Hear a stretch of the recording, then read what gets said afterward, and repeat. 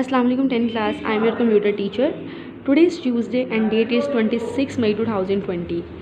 सो class जैसे आप लोगों को पता है हमने यूनिट नंबर 5 स्टार्ट किया हुआ है सब प्रोग्राम एंड फाइंड हैंडलिंग का। तो आज का जो हमारे पास टॉपिक है वो है यूज़र डिफाइंड फंक्शंस। आप लोगों को पहले भी मैं इसके बारे में थोड़ा एक्सप्लेन कर चुकी हूँ कि हमारे पास यूज़र डिफाइंड फंक्शंस कौन से फंक्शंस होते हैं। आप सबको बच्चों आइडिया है कि यूज़र डिफाइंड फंक्शन वो ऐसे फंक्शंस होते हैं जो हमारा यूज़र या प्रोग्रामर खुद बनाता है। ये पहले से लिखे नहीं जाते, इसको हमेशा यूज़र या प्रोग्राम खुद डिफाइन कर रहा होता है। तो इसको हम लोग देखते हैं हमारे पास बुक से यूज़र डिफाइंड फंक्शन को। जैसे मैंने आप लोगों को बताया कि कम्प्लीटली डिफाइन इसको कौन करता है, हमारे पास प्रोग्रामर या यूज़र। ठीक है, अच्छा इसमें क्या होता है कि जो फंक्शंस हम लोग लिखते हैं इन्हें यूज़र डिफाइंड फंक्शंस कहा जाता है। ये तो आप लोगों को पता लग गया कि प्रोग्रामर और यूज़र जो है वो जो यूज़र डिफाइन करेगा उसको हम लोग क्या कहेंगे, यूज़र डिफाइंड फंक्शंस कहेंगे। ठीक है बच्चों, क्या होता है कि यूज़र डिफाइंड फंक्शन एक वैल्यू देता है और आमतौर पर ऐसे ऑपरेशन परफॉर्म करता है जिनकी हमें प्रोग्राम में एक से बार बार हम लोगों को जो होते हैं इसके अंदर ज़रूरत होती है। ठीक है, अच्छा आगे क्लास इसमें क्या होता है कि बेसिक में यूज़र डिफाइंड फंक्शंस को हम लोग क्या कहते हैं, हम लोग इसको प्रोसीजर्स भी कहते हैं। ठीक है, और ये सब प्रोसीजर की तरह हमारे पास काम करते हैं। इनमें फ़र्क ये होता है कि सिर्फ एक वैल्यू देता है। ठीक है, मतलब कि इसमें ये फ़र्क होगा कि सिर्फ एक टाइम में एक ही वैल्यू देगा। ठीक है, अच्छा और यूज़र डिफाइंड फंक्शन में क्या होता है, यूज़र डिफाइंड फंक्शन को DEF फंक्शन स्टेटमेंट के ज़रिए जो है डिफ़ाइन किया जाता है। ठीक है, ये फंक्शन सिर्फ एक प्रोग्राम का हिस्सा होते हैं। ठीक है, बेसिक लैंग्वेज का ये हिस्सा नहीं होते। ठीक है, मतलब क्या होगा कि ये सिर्फ एक प्रोग्राम के पार्ट का हिस्सा होंगे, GW बेसिक के लैंग्वेज का ये पार्ट नहीं होंगे। ठीक है, आगे क्या होता है, single line function can be defined by define FN statement. क्या होगा कि एक लाइन का फंक्शन डिफाइन FN स्टेटमेंट से बनाया जाता है। ठीक है, जो कि एक ही तरह के कोड को प्रोग्राम में डिफरेंट जगह पर एक से ज़्यादा दफ़ा एग्जीक्यूट करता है। ठीक हो गया, आगे उन्होंने आप लोगों को सिंटेक्स दिया हुआ है। सिंटेक्स क्या है इसका, line number DEF FN define function name argument और एक्सप्रेशन। ठीक है, अब इधर क्या वो बता रहा है कि इसमें नेम से मुराद एक वेरिएबल का नेम है।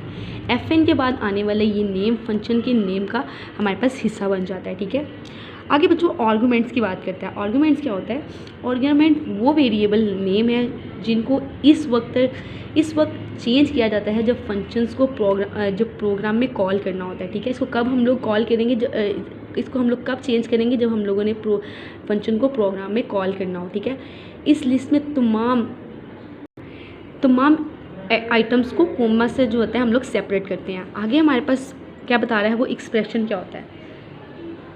वो जो एक्सप्रेशन एक ऐसा एक्सप्रेशन है जो कि फंक्शन का काम हमारे पास परफॉर्म करता है। इसे एक स्टेटमेंट तक हम लिमिटेड कर दिया जाता है। ठीक है, आगे अगर हम लोग इसमें बात करें तो इसमें क्या होता है कि आर्गूमेंट्स के वेरिएबल एक 1 to 1 बेसिस, ठीक है, 1 to 1 बेसिस पर आर्गूमेंट वेरिएबल्स या वैल्यूज़ को रिप्रेजेंट करते हैं जो कि फंक्शंस कॉल में हम लोगों को देना पड़ते हैं। ठीक है, आगे हम लोग अगर इसकी बात करें तो इसमें क्या बता रहा है कि यूज़र डिफाइंड फंक्शन न्यूमेरिक या स्ट्रिंग हो सकते हैं। ये आप लोगों को पता है पहले ही कि आपके पास जो यूज़र डिफाइंड फंक्शन होंगे वो न्यूमेरिक और स्ट्रिंग हो सकेंगे। ठीक है, अगर फंक्शन के नेम में टाइप जो है वो स्पेसिफाइड कर दिया जाए तो एक्सप्रेशन की भी वही टाइप हो जाती है। ठीक है, आगे इसमें क्या कहता है कि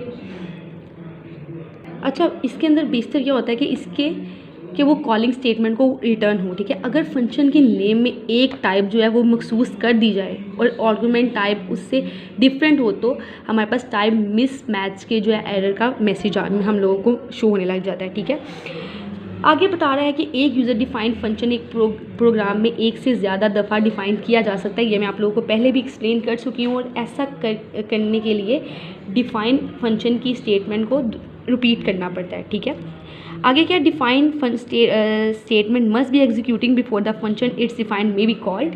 एक डिफाइंड फंक्शन स्टेटमेंट लाजमी तौर पर पहले एग्जीक्यूट होती है और बाद में इसे डिफाइन किए गए फंक्शंस को कॉल किया जाता है। ठीक है, अगर एक फंक्शंस को डिफाइन करने से पहले कॉल कर लिया जाए तो अनडिफाइंड यूज़र फंक्शंस की जो एरर है उसका मैसेज में शो हो जाता है। ठीक है, अच्छा क्या होता है कि डिफाइंड फंक्शन क्या होता है, डायरेक्ट मोड में जो है हम लोगों को यूज़ करने की बिल्कुल इजाज़त नहीं है। बार बार आने वाले फंक्शंस को डिफाइन फंक्शन स्टेटमेंट सपोर्ट नहीं करती, ठीक है। हमारे पास डिफाइन फंक्शन स्टेटमेंट का नाम अगर स्ट्रिंग वेरिएबल पर कंसिस्ट हो तो उसका जो हमारे पास आंसर आता है वो स्ट्रिंग की शक्ल में आता है, ठीक है।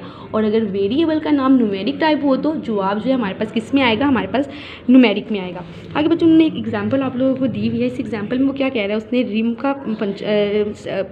रिम का उसने रिम लेते हुए उसने इसको प्रोग्राम को डिफाइन किया। देखिए उसमें वो क्या कह रहा है, define function X Y is equal to, ये उसने एक फार्मूला लगाया हुआ। अब ये फार्मूला कैसे सॉल्व होगा मैं आपको बताती हूँ।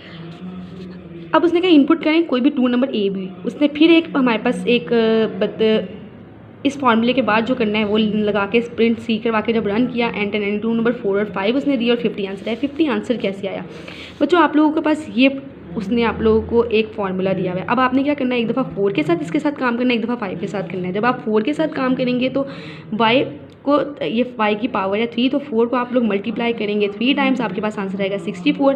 y को आप करेंगे फिर आप 4 को करेंगे 2 टाइम्स तो आपके पास आएगा 60। और ये जो y है आप लोग इसको 4 ही लेंगे। आपने 80 आपके पास आंसर आया, इनको प्लस करने से डिवाइड किया तो आपके पास आ गया 20। अभी ये इसके एक के लिए काम हुआ है। अब ये 5 के लिए भी सेम एज इट इज़ ऐसे ही वर्क करेगा। जब वो ऐसे काम कर लेगा तो आप लोग के पास एक आंसर आता है हमारे पास 20 एंड दूसरा हमारे पास आंसर आता है 20। हमने 20 और 30 को प्लस किया और सिंपल हमारे पास आंसर क्या आ गया 50, जो कि वो आपको कह रहा था। अगली एग्जांपल भी कुछ इसी तरह है। उसने पाई का फार्मूला लिया हुआ है। देखिए CLS उसने स्क्रीन को क्लियर किया, पाई का उसने आप लोगों को वैल्यू दे दिया। आप लोगों को खुद भी आइडिया होगा। डिफाइंड फंक्शन R X और पाई का उसने एक फार्मूला लगा दिया। अब ये क्या है आप लोगों के पास, ये X जो है आप लोगों के पास X वैल्यू है। X आपके पास क्या था 2 था, ठीक है। आप क्या करेंगे 3.145 मल्टीप्लाई 2 मल्टीप्लाई 2, ये इस तरह मैंने क्लियरली लिखा हुआ है 4 आ गया। अब जब इसको आप लोग करेंगे रन करेंगे तो आप लोगों के पास जो एरिया ऑफ सर्कल आएगा वो ये आएगा। अगर प्रोग्राम में देखें तो मैंने यहाँ तक समझा दिया। इनपुट आपने रेडियस लिया, रेडियस RAD रेड उसको कॉल जो फंक्शन को कॉल करवाया, प्रिंट करवाया area circle is FNR radius, and जब आपने रन किया तो आप लोगों के पास ये आंसर आ गया। ये मैंने इसको सारा पहले से ही सॉल्व कर लिया हुआ है। ये 2 इधर 2 आया, 2 मल्टीप्लाई बाय 2 मतलब इसकी पावर थी। ये 2 कैसे आया, रेडियस था हमारे पास 2, ठीक है। तो क्लास हम नेक्स्ट जो हमारे पास टॉपिक है वो है सब रूटीन। इंशाल्लाह इसको कल देखेंगे। आज का हमारे पास टॉपिक यही था। डिफाइन फंक्शन की लाजमी डेफिनेशन याद करें आप अपने इसके अंदर यूज़र डिफाइंड फंक्शन में।